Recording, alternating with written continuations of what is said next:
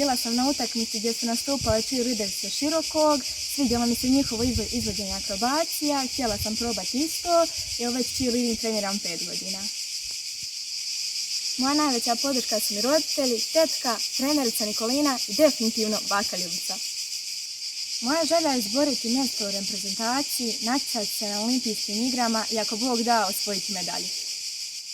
Treninzi nisu toliko teški, to se može s radom, trudom i dobrom voljom. Na samom početku je zagrijavanje, zatim tumbling, dizanja, koreografija i na kraju istezanje.